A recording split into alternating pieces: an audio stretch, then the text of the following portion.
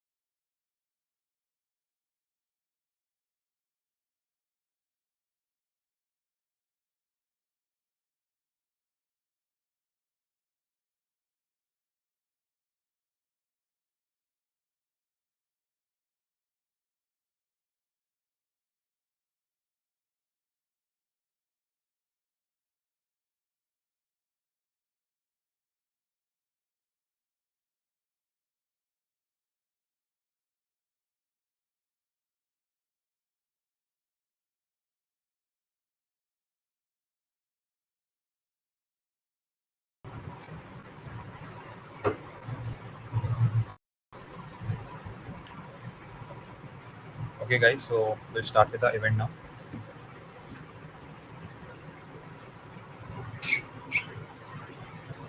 Just put in chat if you can hear me properly.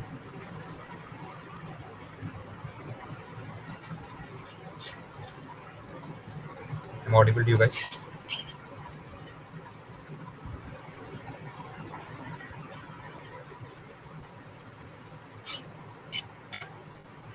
Okay.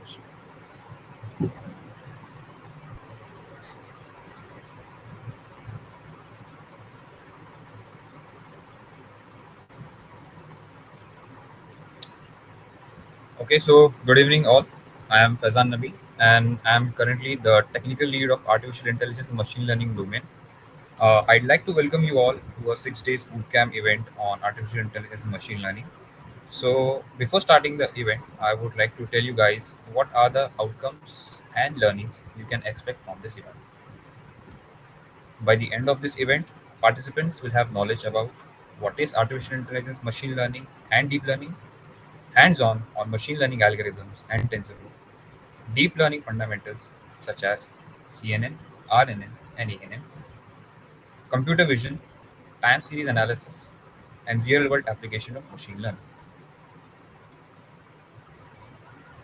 So, starting with the first topic, the first question that arises to one's mind is that what is the difference between artificial intelligence, machine learning, and deep learning? Are they same or are they related to each other? What exactly are key differences between them? So let us have a look here.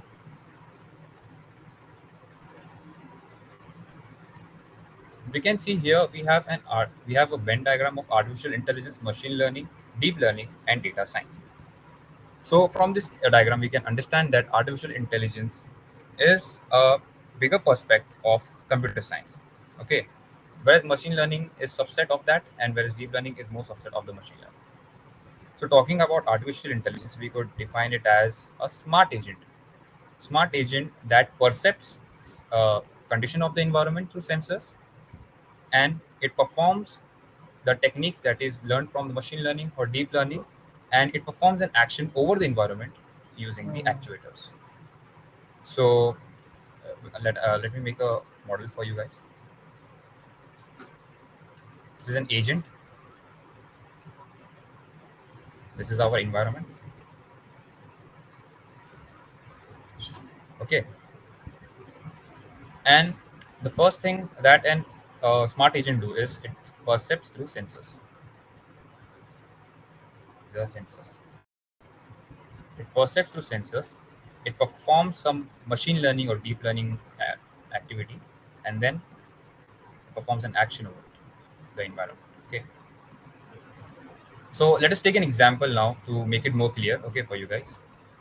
So imagine a self-driving car. Okay, as a smart agent, and environment is the road, the current situation of the road. Okay. Now, what are the objects that we can have? Okay, like cars around us, right? The distance between the front car, the distance between the left and the right car. Okay. So what the AI does is it senses, it perceives the current condition, it performs machine learning or deep learning algorithm that it has to do, and then it performs an action on the environment through actuators. In self-driving car, what can be actuators according to you guys? So actuators are nothing else but it's they are brakes steering the vehicle from left to right. Okay, these are some actions that an smart agent can do on the environment. So this is an artificial intelligence which uses the technology of machine learning and deep learning. Now, what is machine learning? Machine learning is nothing. It is a technique. Okay, machine learning.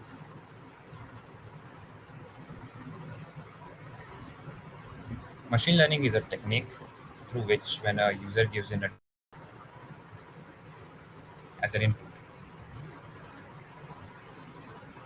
okay, data is given by the user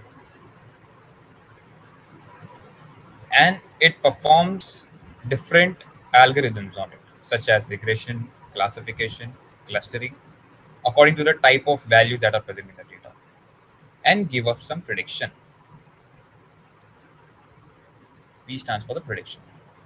Now, these predictions can be supervised, unsupervised. That will go in deep into later. I'll make you understand what is it. For now, just understand that a user gives a data. Depending upon the values of the data, that is the values continuous, discrete, or is it unlabeled data? Machine learning performs tasks and it gives a prediction. Now, going into deep learning, let us understand now what is deep learning. Deep learning is nothing but, for an instance, take an example of your brain. Okay, take an example that you have met a new person in your life. Okay, so whenever we meet a new person in life, we understand their face, we analyze them, right?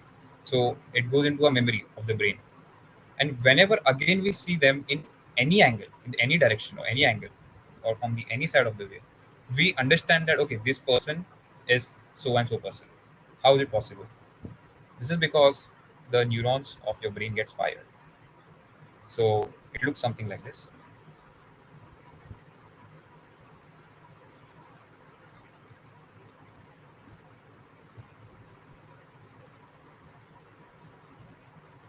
Okay, they are joined together with each other.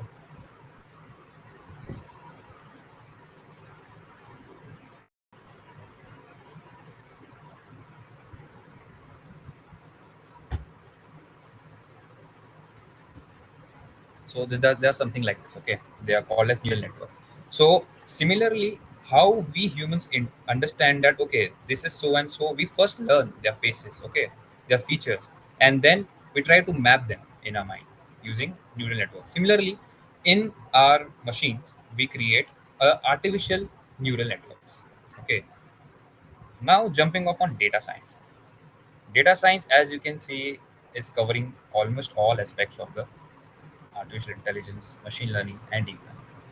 So now what this is exactly.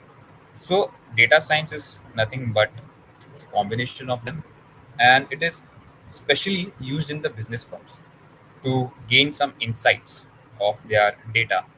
Like, for example, if you have launched a new product, okay, and your previous products performances are there, or previous products price tags are there, you can predict that okay, if they were at that price, this product can be of this product can be set on which price tag, okay, or apart from that, many operations are there on the data science that you have to pre-process the data, then you have to create a model on it and gain some insights.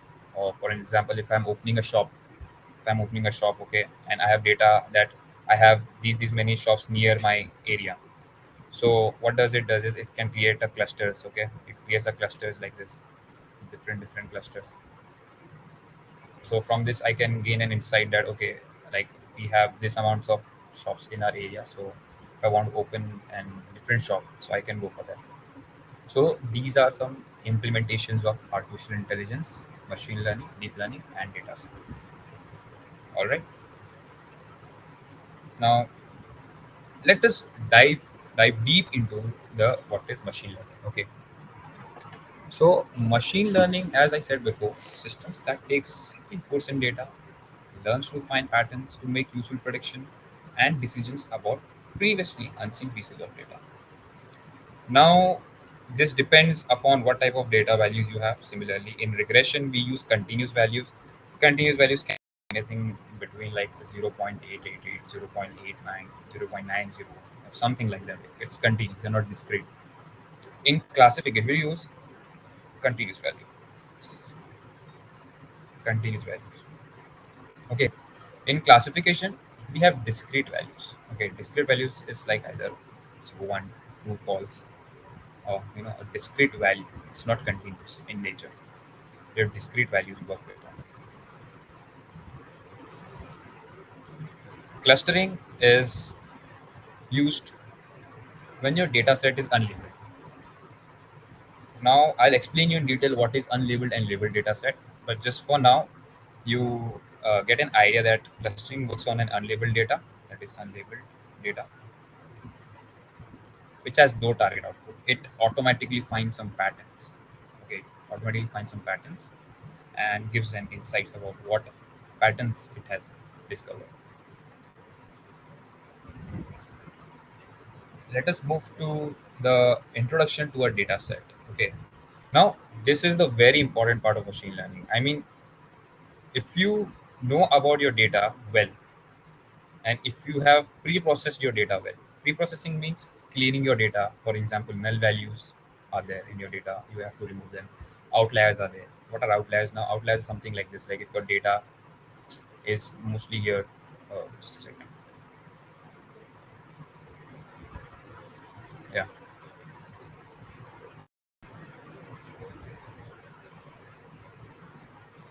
So if you have a graph like this and you have clusters here making, okay, you have something like regression, right?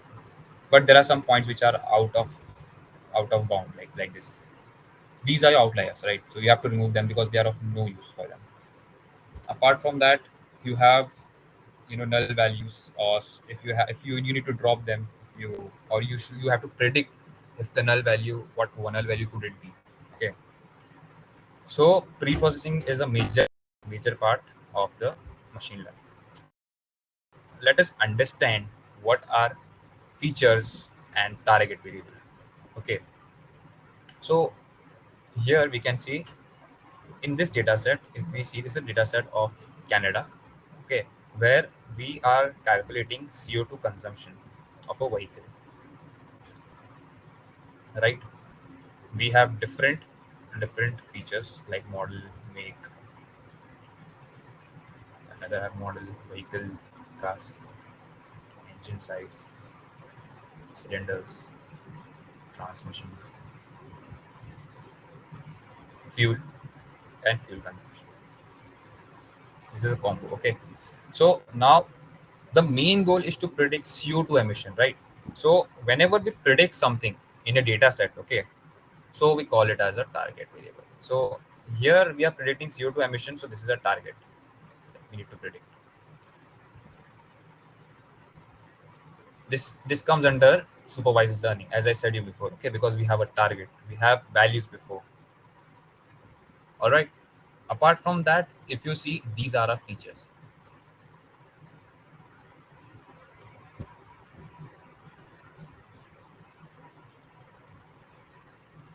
Okay, these are the features. Okay, so now if we see, to predict CO2 emission, do you think all the features are needed?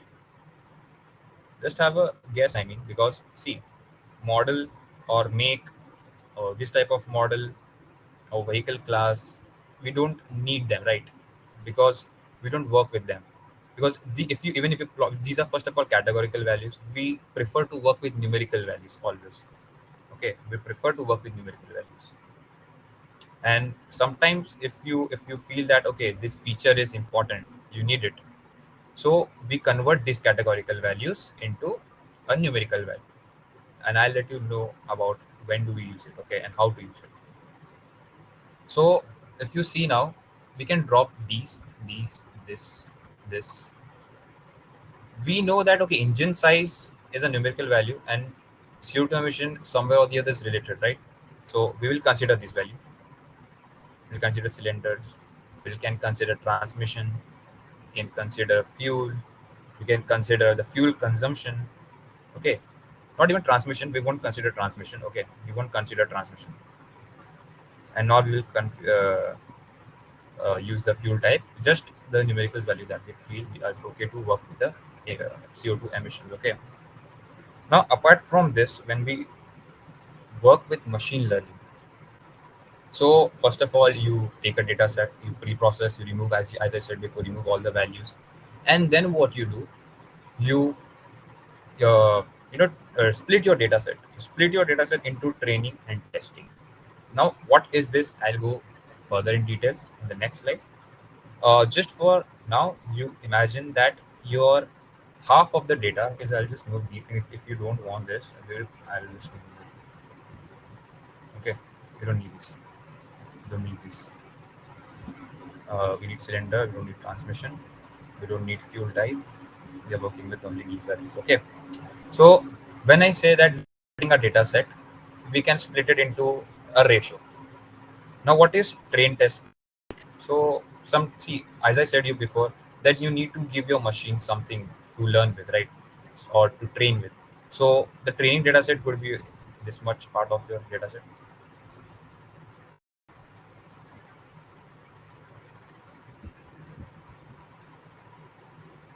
including the labels.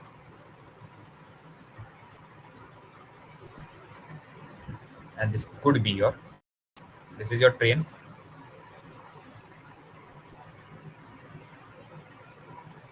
and this is your test. This could be your test. We'll go into deep, don't worry. I'm just showing you how you can split the data. Okay, this is your test. Okay, so these are about how to deal with the data sets around. And now if we'll go into the next slide, I hope you are clear with the data sets, guys, right? I hope you're clear with the data sets.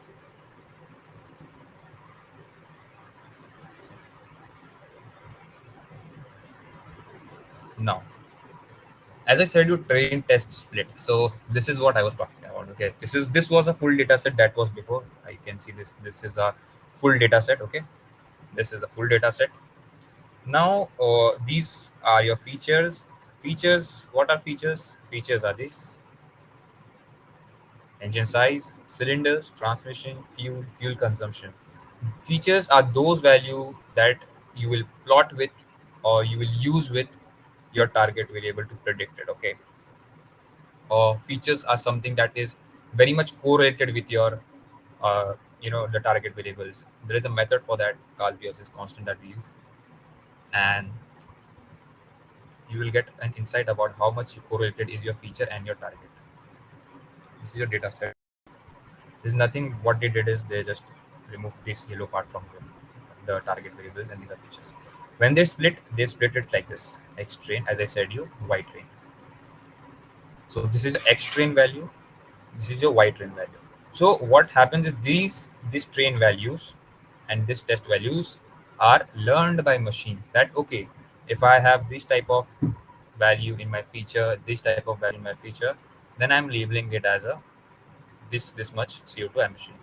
If I have this and so type of numbers, I'm getting the CO2 emission like this. So in future, when we give the test data set, so what does test data set happens is like it is hidden from the machine. Machine cannot access this X test, okay, by its own self. X test is given when we want to predict something, when you want to get some insights. So we give them these values. These are out of sample values. I'll write it here.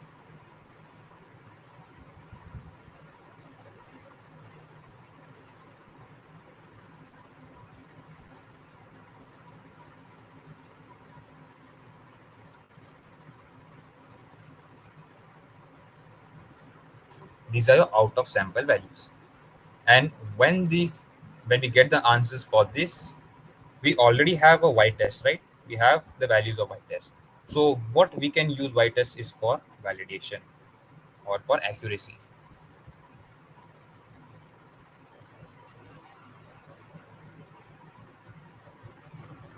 What we do is we give this value X train feature values as a X test feature values, and then it gives us, the machine gives us some predicted value. Okay, and then we check the value. For example, if the value in the test is 3, and we got something like 4.5 or 4 around.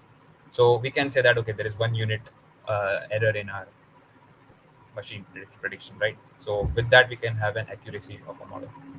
So this is what a train test split has importance in data set, and it is a fundamental part. Okay, you have to do it. You have to divide your data set into train and test. So what machine learning systems might, okay, what it might do, can label or classify a data. All right, it can label or classify data. It can predict numerical values. See, I said you, especially machine learning, are working with numerical values. They also work with categorical value, not the case, but mostly all the algorithms are working with numerical values. Cluster similar pieces together, the data. As I said you before, they create a.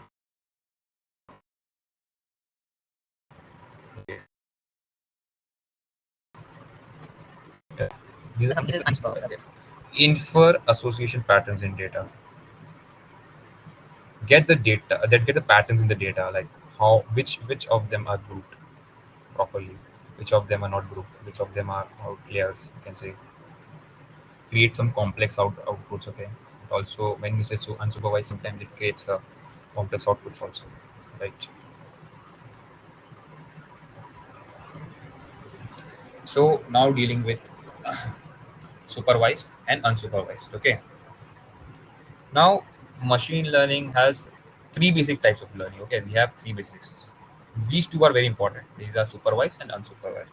So just remember for right now, what is a supervised learning. So I said you it's a labeled data set. It is trained on a labeled data set. And now if I recall, as I said you before, what is a labeled data set? It is the data set with a target. You know the value beforehand.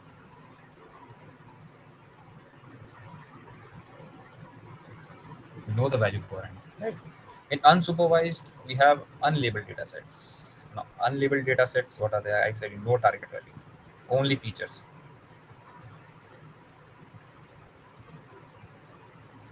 no target at all. So, in true sense, to be honest, so like when you are already having a labeled data set, it is just predicting, right? So what it is doing, it is actually automating your task to predict something. So if you talk about unsupervised, unsupervised is more AI in true sense. Okay, it is more AI in true sense compared to targeted data sets that we create. Here that I was saying, this is a target. See, this is the supervised versus unsupervised learning. You can see this is a target. This is we don't have target here. It's not present. Just features are there. So what does it do? It creates clusters. It dimensional reduction. These type of things happen here in unsupervised. Let us understand it more better. What is super? Because supervised and unsupervised is the most important part of machine learning. Okay. So see here we have input of three apples. Okay, we have given three apples here with a label that these are apples. See, this is a classification label we have given. We have passed this sample data to our model. Our model successfully understands, okay, that this is what is this object? This is an apple, and it gives that this is an apple. So we know that we have given this unlabeled, like labeled data before, and because of that, he's able to understand that okay, this is a apple. Okay. Now in unsupervised, I gave random apples and bananas. These are random apples. No count, nothing. It's just random. Okay, random without any target. Like in this, we have target. This was a target. We don't have anything. So what happens is when we pass this data set to our model, it creates clusters automatically. You see how unsupervised learning works? It created two clusters. One is of apples and one is of bananas. Right? So you understand now that unsupervised learning finds patterns in your data sets. It helps to find insights in your data set, whereas supervised learnings are used to predict a entity that we have given or the value that we have given. Okay. Talking about the loss function now. Now, what is loss? So, loss is a term that is used or that is being implemented during your training. When model is trained or it is training, you remember I said you we split our data set into training and testing. So when we train a model, train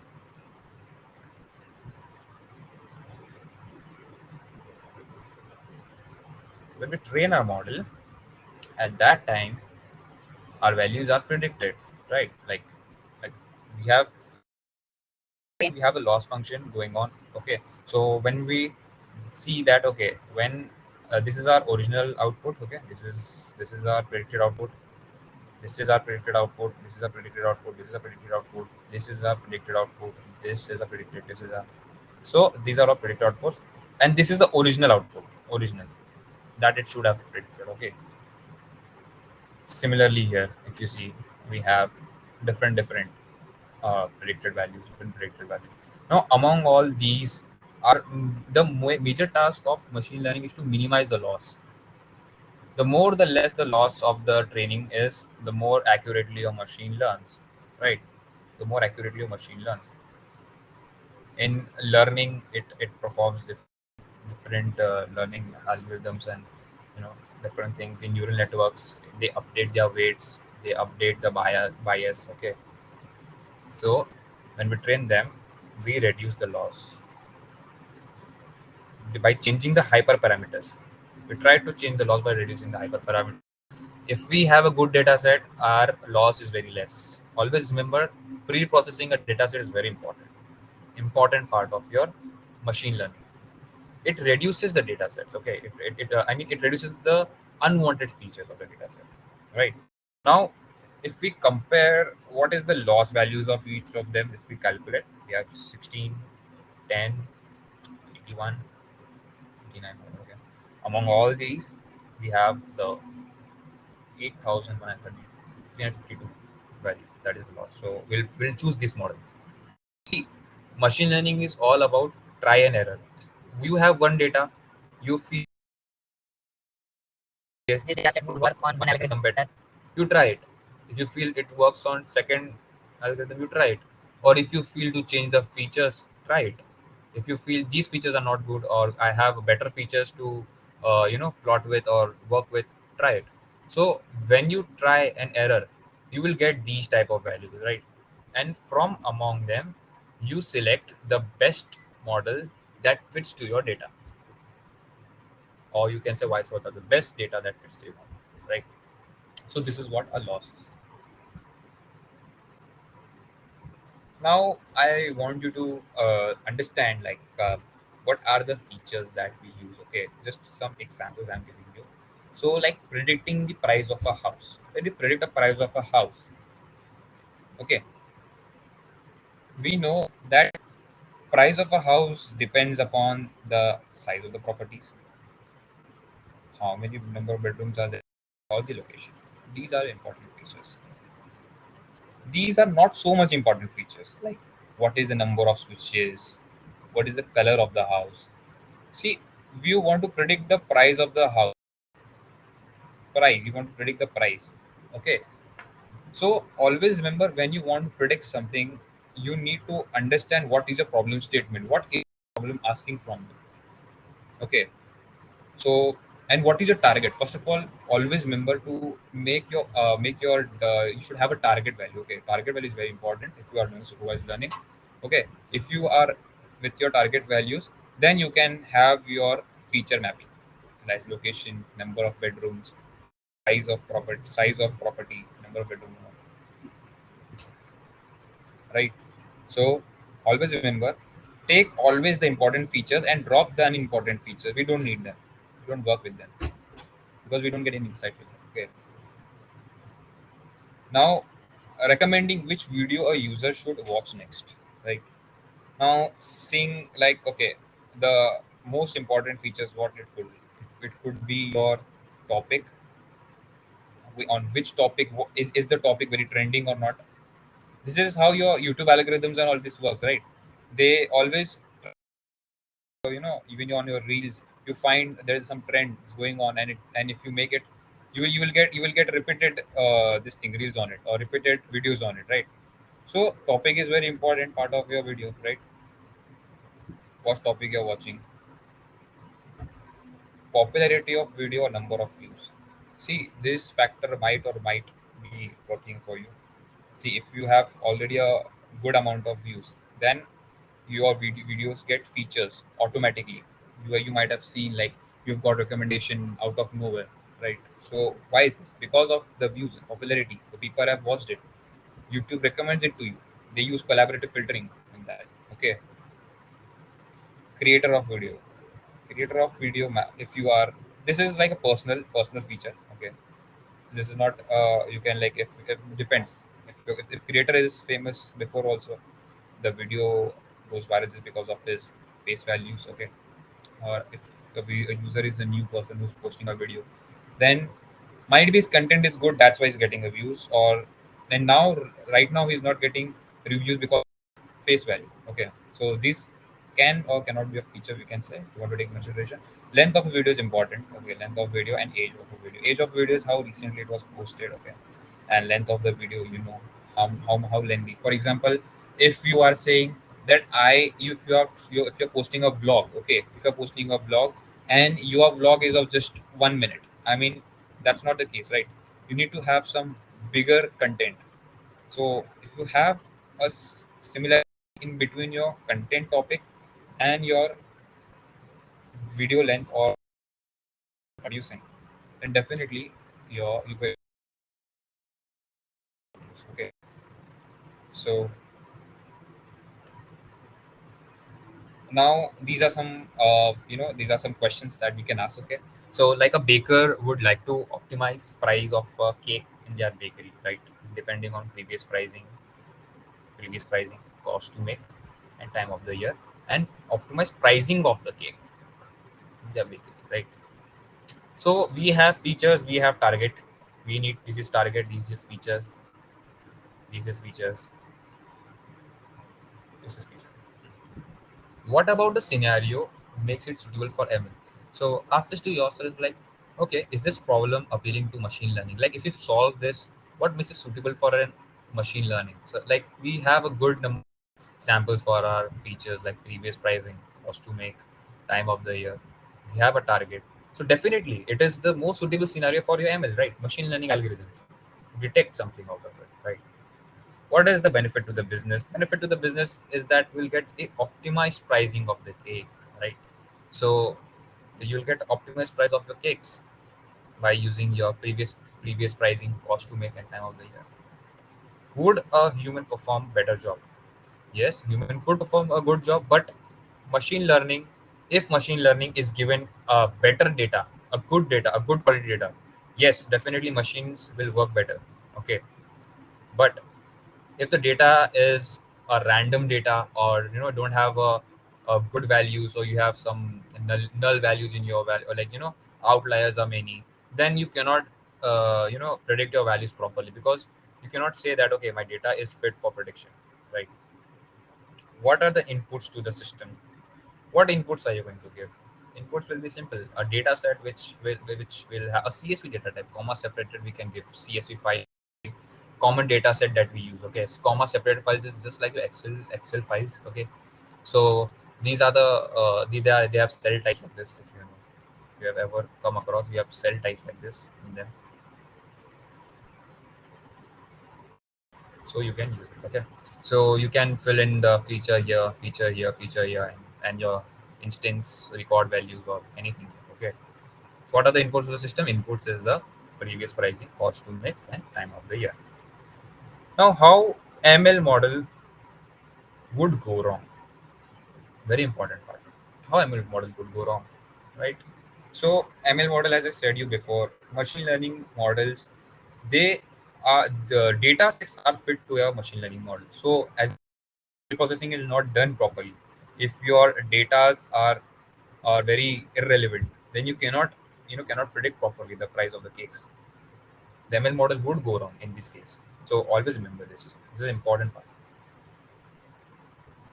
Now, when at the end of this event, you take a snapshot of this, okay, and try to make your own scenario in your mind, and like make it suitable, well, like, and ask your questions these to yourself, like, what about the scenarios makes it suitable for ML? What is the benefit of business or individual? Would a human perform better job? What are inputs to the system? How could the ML model will go wrong? These questions, ask it to yourself and create a scenario, so you'll get a better understanding of machine learning, that how machine learning exactly works. All right.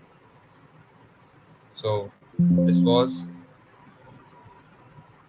our machine learning slides. I hope if you have any doubts, you can post it. Yes, is it understood to all, guys? We have 12 attendees here.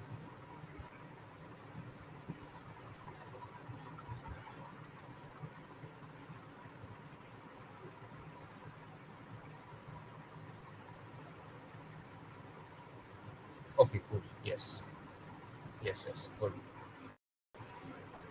So now we will continue with our deep neural networks. Okay, so today's topic, another topic apart from introduction to deep neural networks. See, these are just high level introductions.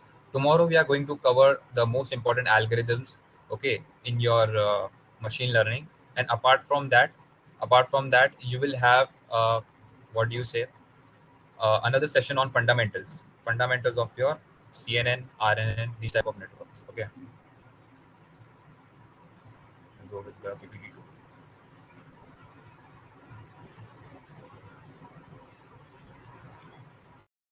Let us start with the presentation. This is a neural network.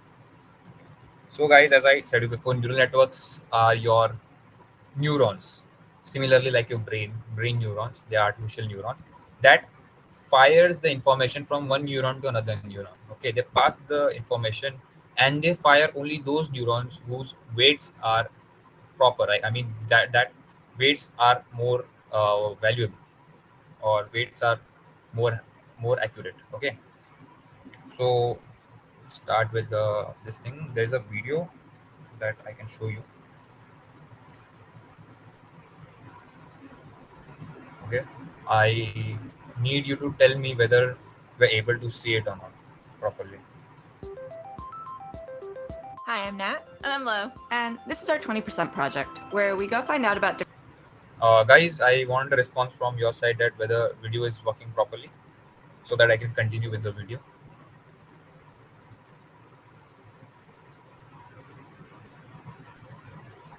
Yes. Okay. Good. All right. We can now see what is exactly a neural network. I've on the subtitles for you. different Google stuff we're curious about. Last year, we got. Sorry. Hi, I'm Nat. And I'm Lo. And this is our 20% project, where we go find out about different Google stuff we're curious about. Last year, we got to make a documentary about how voice search works. And that was the first time we heard about something called machine learning.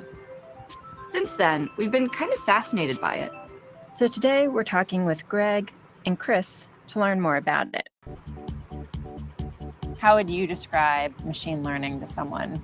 Well, there's a lot of problems that's really easy to solve with computers. Computers can go and simulate how galaxies move and how the courses of asteroids going and how close they're going to come to Earth. I could never hope to go and do that, but I can go and do this problem like recognizing that that's a tree, which is so much tremendously more difficult for a computer. It doesn't feel like intelligence to us because it's so effortless as a human being to do it. But for a computer, it's actually really hard.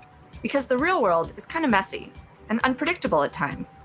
The strict logical rules that go into traditional programming just don't work.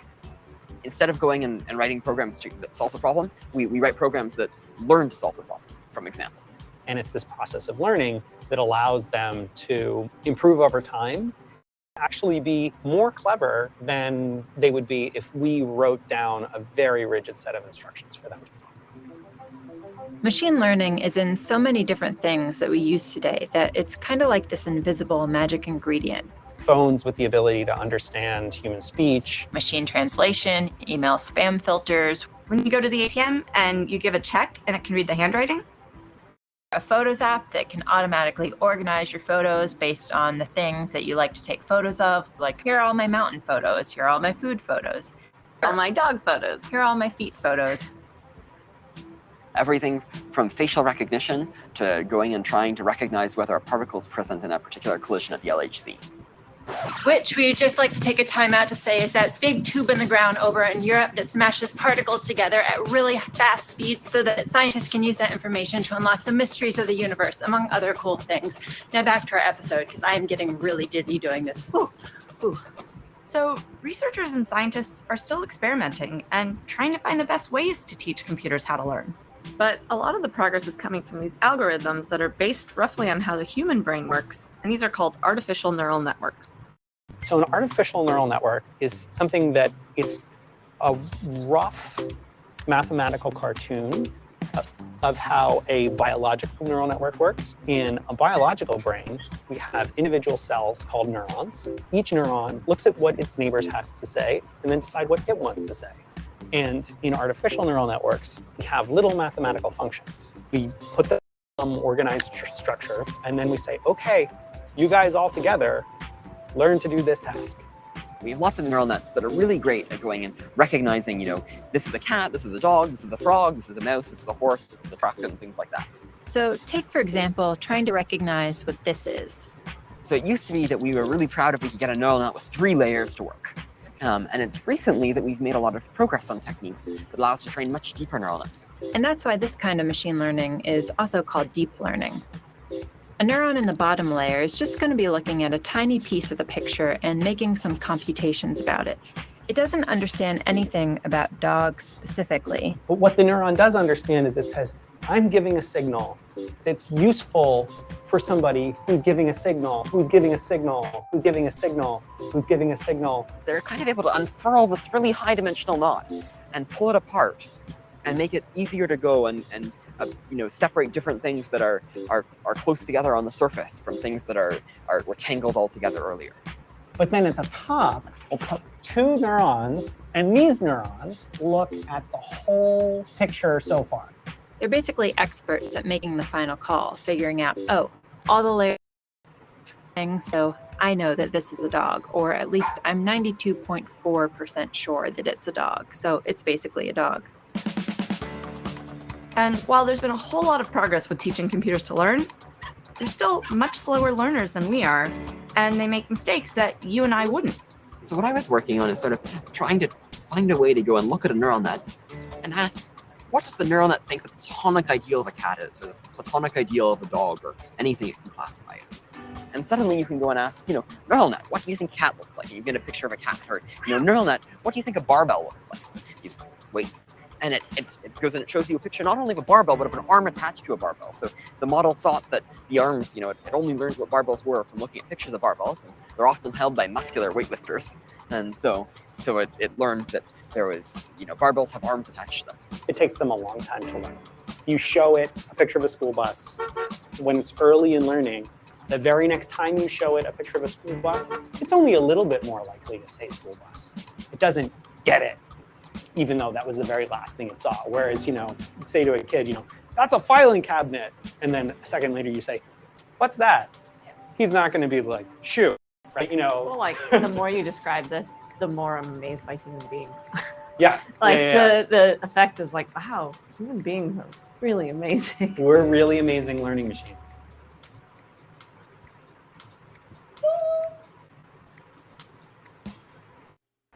Oh.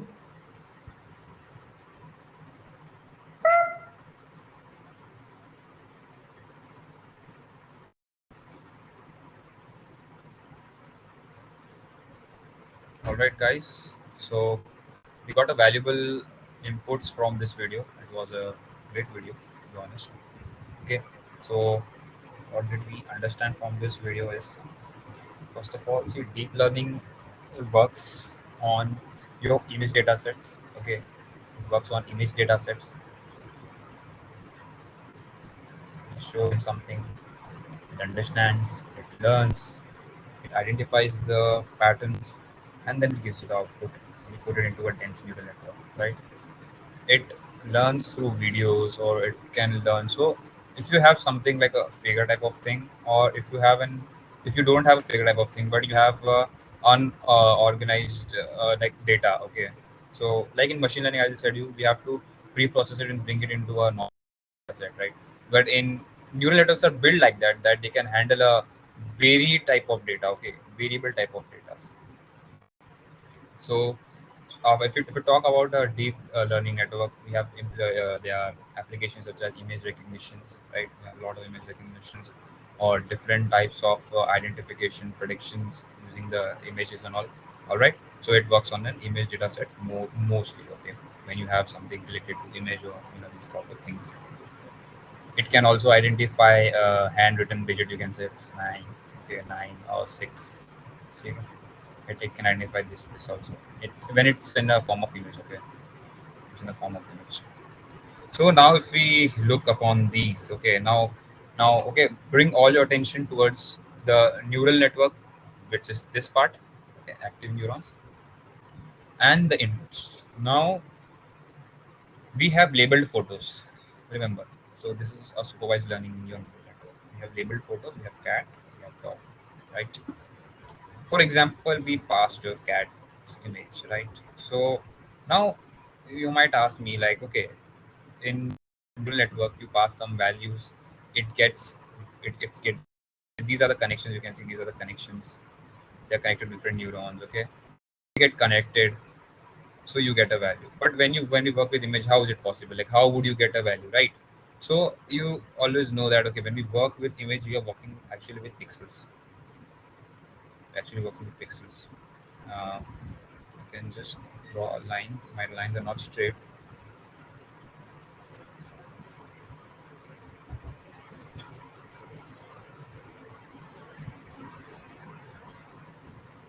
We're working with pixels. I know these are not so big pixels. They're very small. All right, these are very small. How do you represent? Okay, in a vector or in the matrix, right? So we have a figure here. One. This could be 0.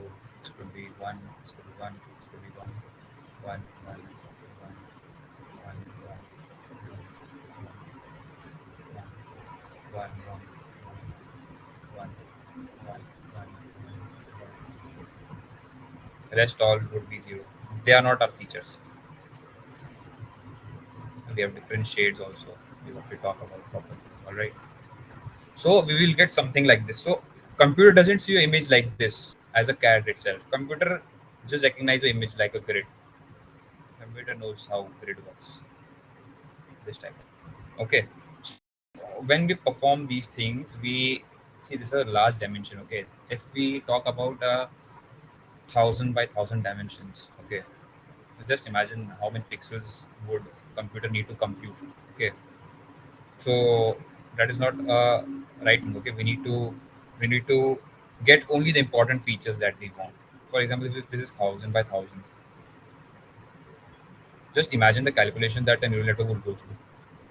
And of course, if even if it's calculating, it will be not that accurate, right?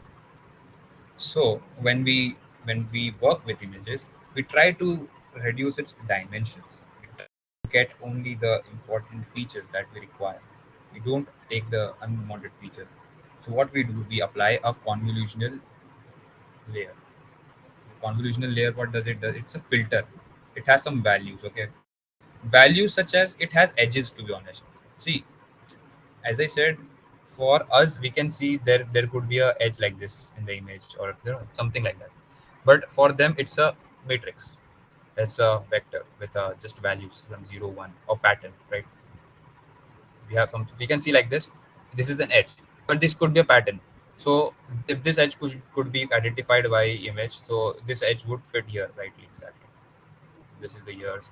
So what happens is like we put filters on it. We identify the in the feature map. Okay, like we identified years. Years we identified. We identified.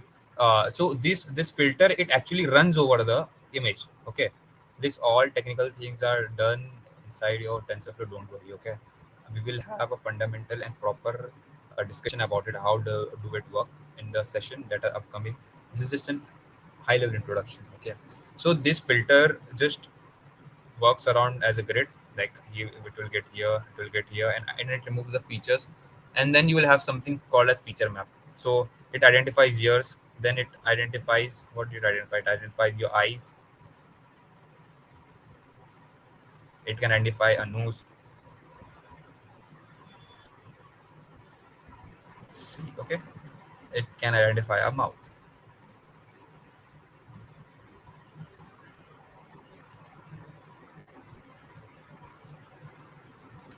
Okay, now if this is identified, okay, so when this thing is identified, definitely there is a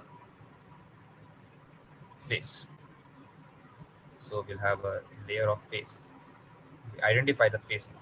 So this is how your neurons are connected. Like first they detect the ears, the eyes, nose, mouth, then eyes. Then apart from that, they will run this thing on your body. If I have a body, then this means there is animal present there. All right, and we work only with the important features. We'll get into deep into this in the future.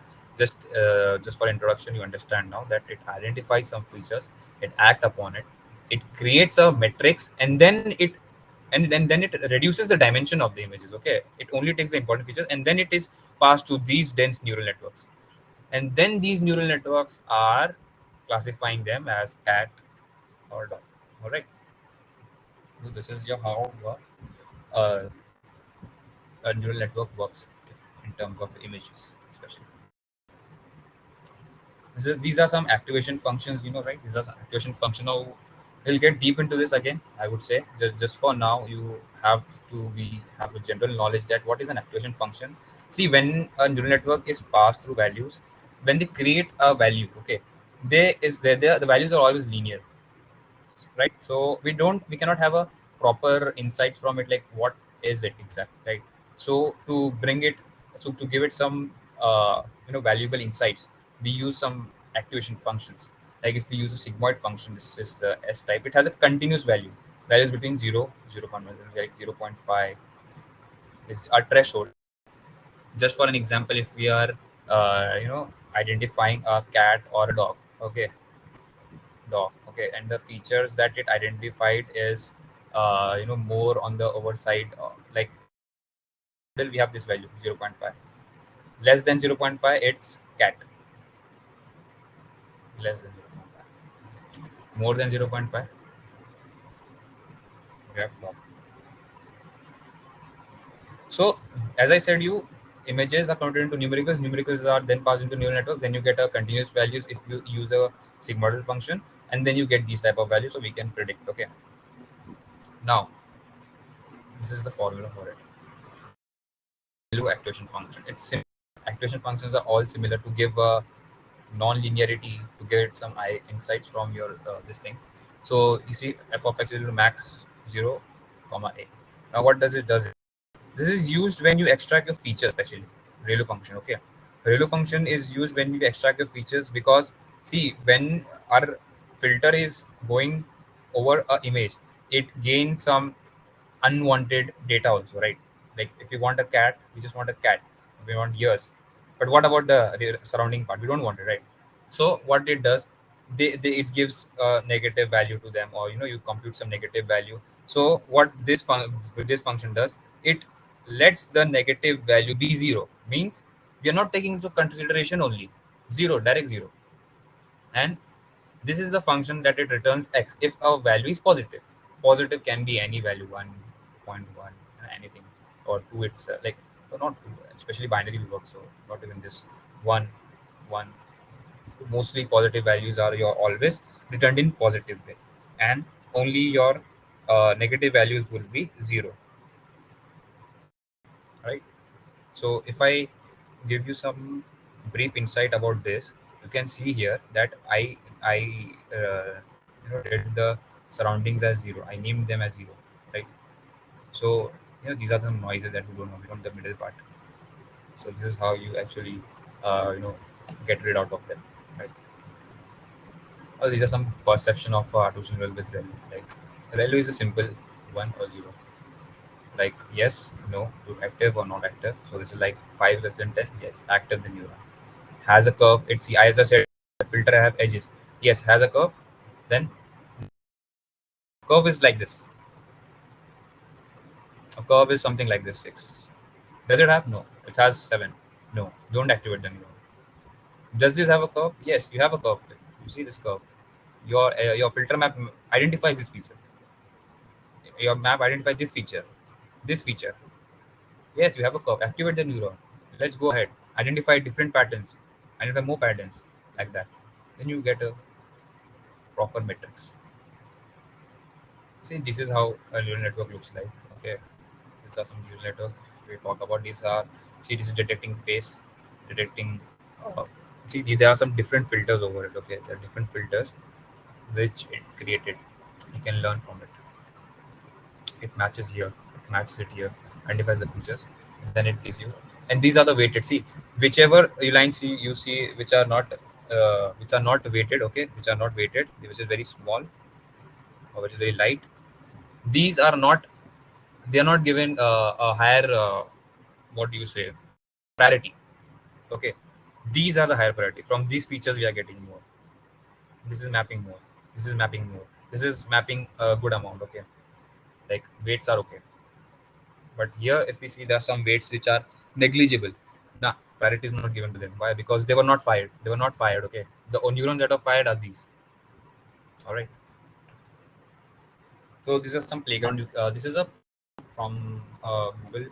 To be honest, you can use it to make your own neural network. See, neural network requires coding. Okay. But if you are new to this and you want to try how neural network works, then you can try this. This is something playground you call, like you see you have output here, you have this pattern. Okay, this is your training data set. You have features here. This is the horizon. See, these are coordinates. Okay, you see here, these are coordinates of a system. These are coordinates, all right. So when we give a feature of the coordinates, this is horizontal, this is vertical coordinate, this is horizontal coordinate. Okay, then we pass it to a diagonal, right diagonal, then we pass it to horizontal, and then vertical, and then we get then it maps over it, and we get a proper range that okay, blue is in here, orange is here. So you can try this, make your own neural networks. If you want, I can show you.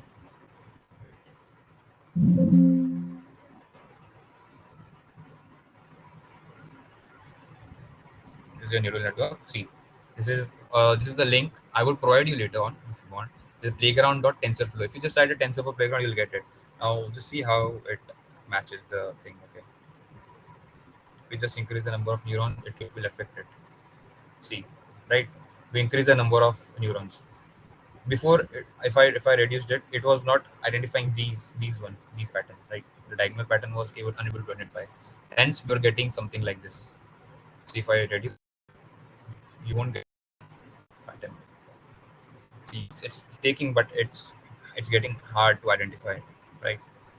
So this is how you can play. You can have your neurons, you can have your own neurons, test data set, noise, batch size. You can play around. You can understand it. This is the output. You can show test data set. These are test values, right? As I said before, these is what you can yourself. Learning rate. Learning rate is something that how many steps your how fast or how many steps your algorithm is learning. Slow learning rates give you a better result, but fast learning rate sometimes overfits your data. So this is what your activation you can choose your rate, sigma, mean. You can make any type of neural network game. So do visit it and please play around the playground. Okay. So finally, our introduction to deep learning is also over now. We have half an hour left, so let us some hands-on or something real. What is going real into coding? So this is the best part because just theories are good, but when we have to implement it, we need to code it, right? So I have created a notebook for you. All right. So this is a notebook that I've created. Okay. So first of all, I'll let you in, like I'll give you insight, like what is exactly I'm doing. Okay, what I'm exactly doing. Okay. So this is my data set where I have prediction. All right, churn prediction, whether someone is going to churn or not. Okay. What do you mean churn? Like if you have something like okay, no phone service available, internet services, and whether this person is going to churn in the month or something like that. With their activities, we can understand. So I'll explain you line code by code. See, first of all, we have imported pandas as PD. Now, what is this? Okay, So this is a library that is used to work with dataset and data frames. Always remember, pandas are used to work with data frames. NumPy is just just used to implement your arrays. Okay, let's write it here. Arrays, arrays or small operations on arrays, we can say. sklearn. Scikit-learn is a library from which you can select a like you can select models such as train, test, split. As I said, train, test, split. We can we linear regression model. See, these models are pre-coded in your Python library. You just have to make a classifier for them and you can use it. Okay. So okay, these are the just libraries. So you can explore them yourself. You can read about them because unless you read them, you won't understand. I'll provide you with this TensorFlow book if you want. So let us understand now what is TensorFlow. Like TensorFlow is flexible and open source library that allows us to build deep learning models. That was developed by Google Brains team in 2015. It makes build and more reproducible. So this TensorFlow is something that is used when we do a complex calculation. See, we when we do calculations in neural network, it seems very easy, but when you actually do it, sit and do it, okay, then you'll find imagine like if you have a bigger data image, so it will take so many calculations, right? So you need a good power for that. So that power is produced by TensorFlow, or that calculations are done by product of TensorFlow, right? Then we first of all, as I said into my machine learning ppt, that we first read the data set in a data frame, right? So here we are reading data set. See, we are using pandas and we are reading the data set, read csv. This is a method. This is a method in class, that is pandas. Okay, so churn.c separated file as I talked about, and I am storing this in data frame. So if I just run this, okay, and then if I run this and I print it, this is how my data set looks, right? This is how a data set looks. Customer ID, general, senior citizen, partners, dependents, tenure, phone service, multiple lines, internet services, online security, different features, lot of features. What is the target? Target is churn. Okay. See, when I said first, see, you are getting a data. See, this is clean data. Okay, I'm taking a clean data here. I don't need to pre-process it, but still there are some pre-processing steps I'll show you. But mostly it is pre-processed, right? So first of all, if we see, we can find that even categorical values are important to us. Okay, categorical values can play a major role in churning.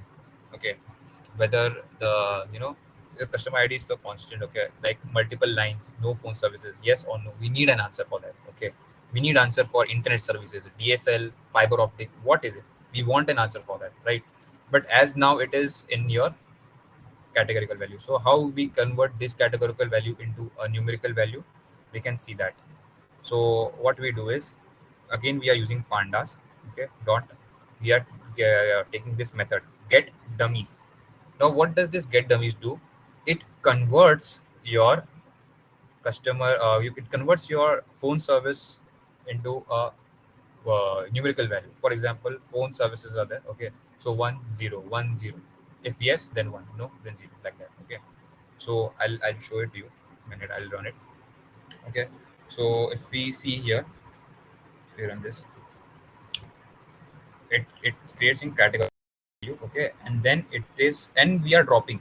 See, we don't want to change churn or customer, so we are not changing churn because that is a target value. If you change the target value, then what's the use, right? So we don't change target value, and we have a constant customer id which is not meant to be changed, right? Because customer ids are unique. This axis is equal to 1 shows that we are actually changing into the columns, not into the rows. So it's like first, not into the rows. So these are some important parameters that when you code it yourself, you explore it more, right? You cannot understand it unless you explore it. All right. So what we are doing actually, we are just dividing into x feature and y feature. In y feature target, we have churn. We're applying some lambda function.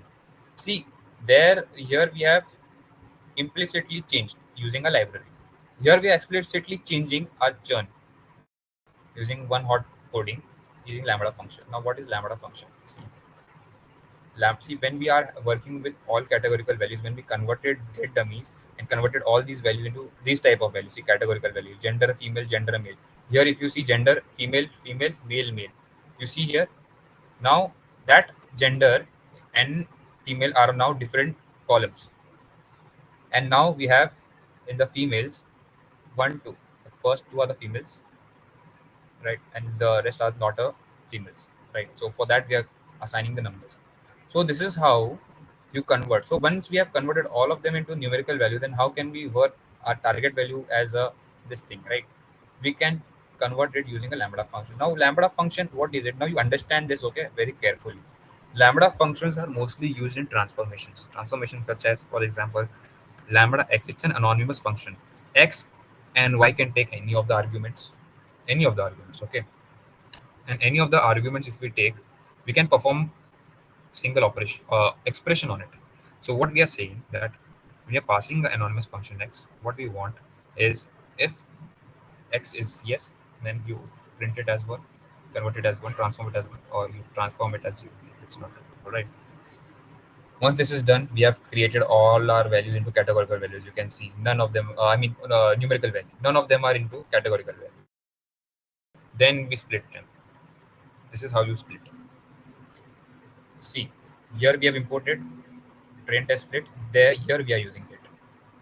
As I said you, we train x test, y train y test is equal to the function that we are going to use. We are passing the two parameters x and y, that our features are there. Y is the target variable, x are your features. We are saying test size to be 20. This is a 80-20 split. As I said you before, the ratio train test splits are always divided into a ratio. Okay, so this is 20 and this is 80. Your training set is 80. Your test size is 20. Means your computer now will be not showing your 20 ratio, like 20% or 20 ratio of your data set. Computer is not aware of the value. All right. So this is how it looks.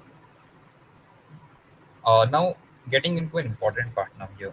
Import dependencies. See, dependencies is from TensorFlow.Keras model, import sequential load model. These are libraries. Okay, we are using these are libraries. Now understand very carefully difference between Keras and TensorFlow. Okay, so see, if I read it in practice, Keras is often used as a user-friendly interface for building neural networks on top of TensorFlow. See, Keras is a high-level API. Okay, so Keras is responsible for building your sequential model. It will create your neurons. It will create your weights. It will create your input neurons. These type of things. Target neuron.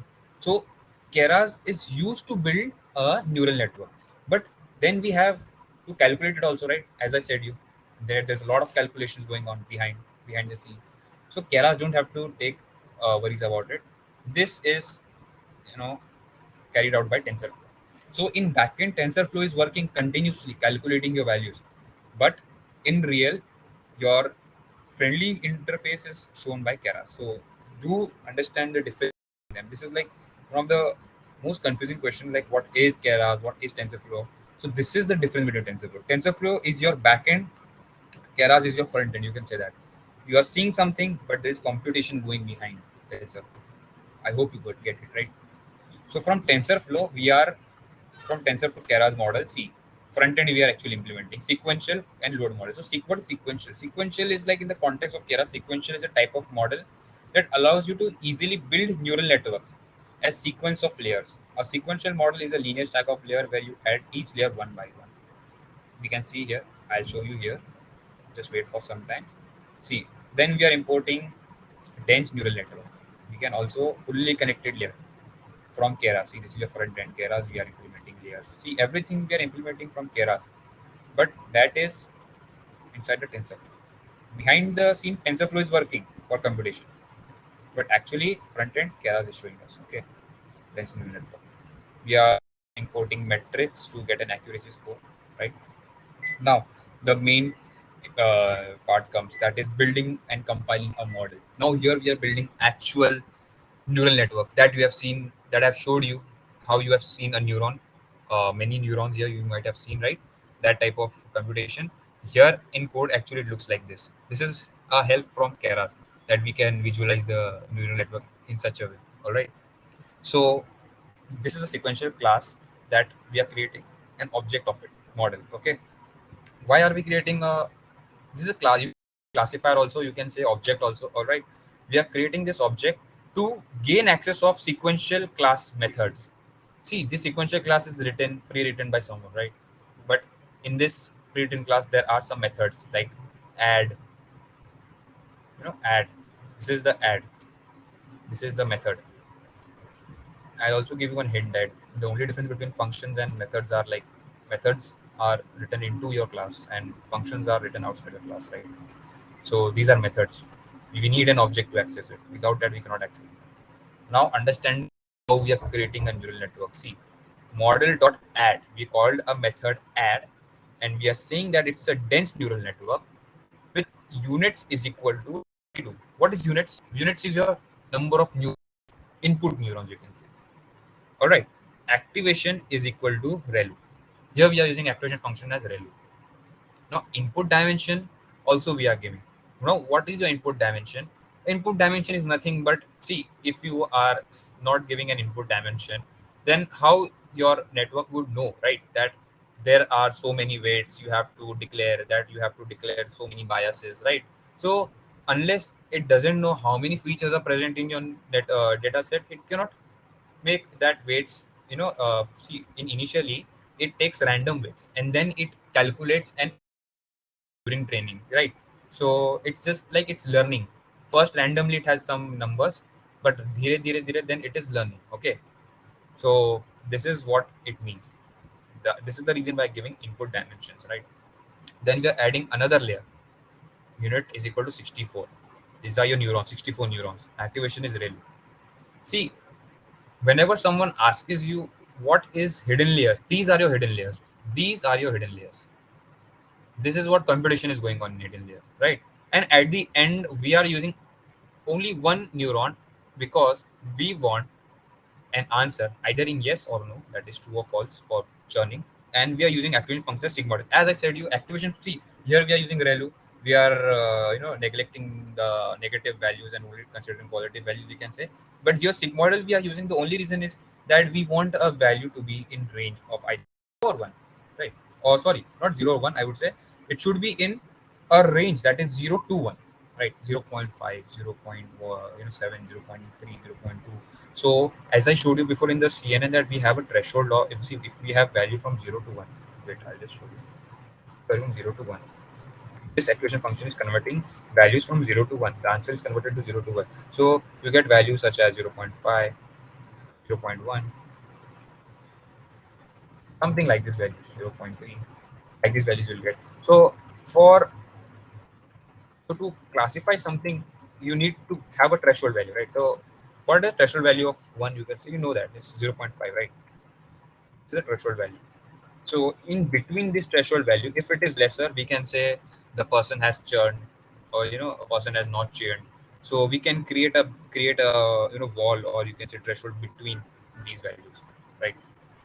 Then we are actually compile losses, optimizers, matrices. Like we are using these things to get a better optimization in your training. So one by one I'll read it, you will understand exactly. The model compile method in Keras is used to configure the model for training. As I said, it is used to configure the training. If your training parameters are good, then your output and prediction will be good. So you need to change some hyperparameters always. You need to check out for the parameters which can improve your this thing predictions. It takes several arguments and including such as see loss function that will be optimized during training for binary classification problems. It is common to use binary cross entropy loss function, which calculates the cross entropy between the predicted and actual output value. Now, entropy is some randomness in your data, right? So it cross checks the actual values, output values, and then it tries to optimize it, right? Optimize your loss. Entropy is randomness in your data. Similar, right? So if you have randomness in your data, that needs to be removed, and that is when your loss gets decreased and your gain gets increased, right? Optimizers are algorithms. There are algorithms that are used to update weights of the neural networks during training. See, without this you cannot run your neural network. Optimizer is very important. We have different type of optimizers. We have many optimizers, but here we are significantly using gradient descent optimizer. So optimizers help in updating the weights properly. You give a better weights, and the matrices is, you know, that we are using it for the accuracy purpose. All right.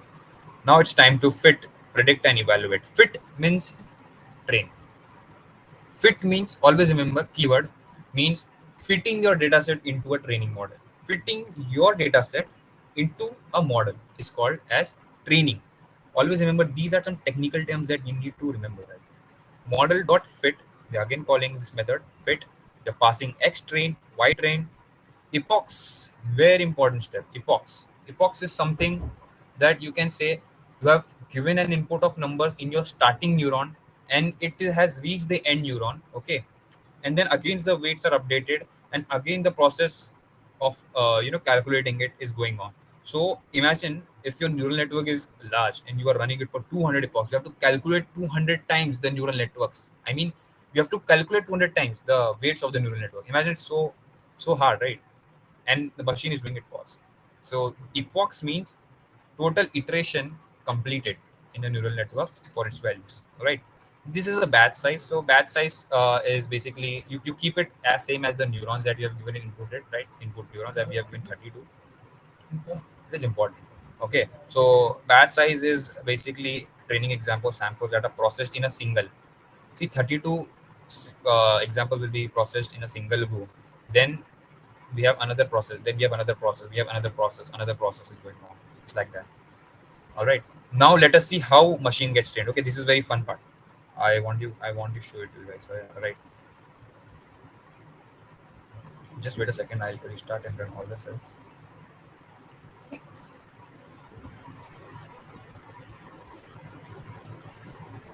See, the best part is to see your machine get trained. See, this is how training works. You see epoch 3 on 200, epoch 4 on 200. Just notice this loss and accuracy.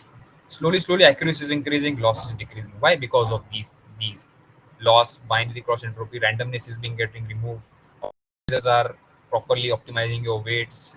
You know, you see every epoch. See, I'm running it for 200 epoch. The it see, people ask like how many epochs should it be to make your machine well trained. See, you don't have a proper answer for this. You need to keep training unless you find a proper epoch. Okay, unless you find that okay, now your model is fit to get into a range that you are expecting and predictions are good. See, above 60 or 70 it is considered as moderate, and if it is above 80, it's a good fit. It means your data set is fitted good. Just wait for it to finish. Okay.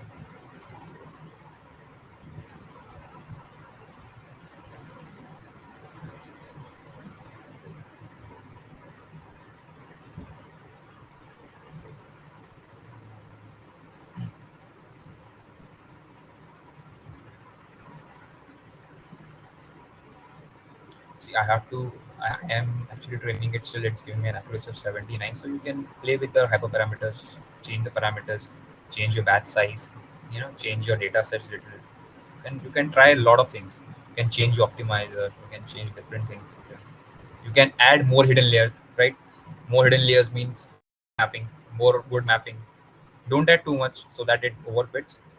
Add one more layer, see if it works for you. If no, add one more layer, see if it works for you, then add one more layer. Don't directly add a lot of layers, then it's going to overfit. It's better to add one by one. See, I've reached here my test accuracy reached 80, but then it decreased. This is how your machine learns, guys. Isn't it looking fascinating, right? That machine is learning something. I mean, a machine is learning.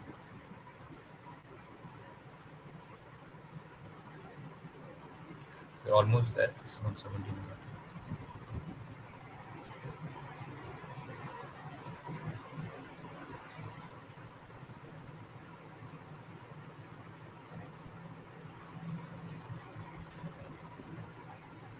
Okay.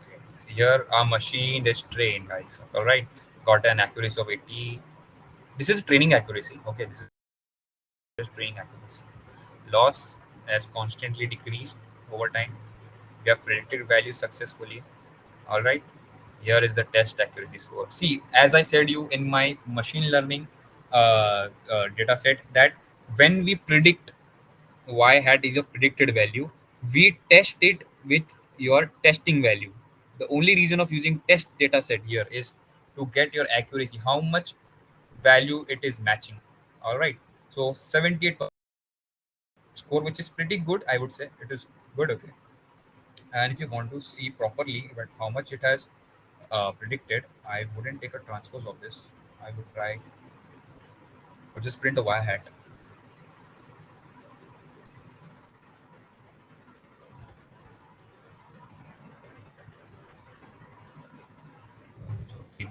These are your values that it has predicted. All right, these are your values that they have predicted. 0 0. I mean, these are the churn. Yes, no, yes, no, yes, no. This is a lot of data. I know, this is a lot of data. This is your test set values, and if we compare it with actual values, this is your score. So I hope you guys have understood, right? Then you can save your model also, like model.save tf models. There will be a file saved in your model, and you can use it anywhere if you want.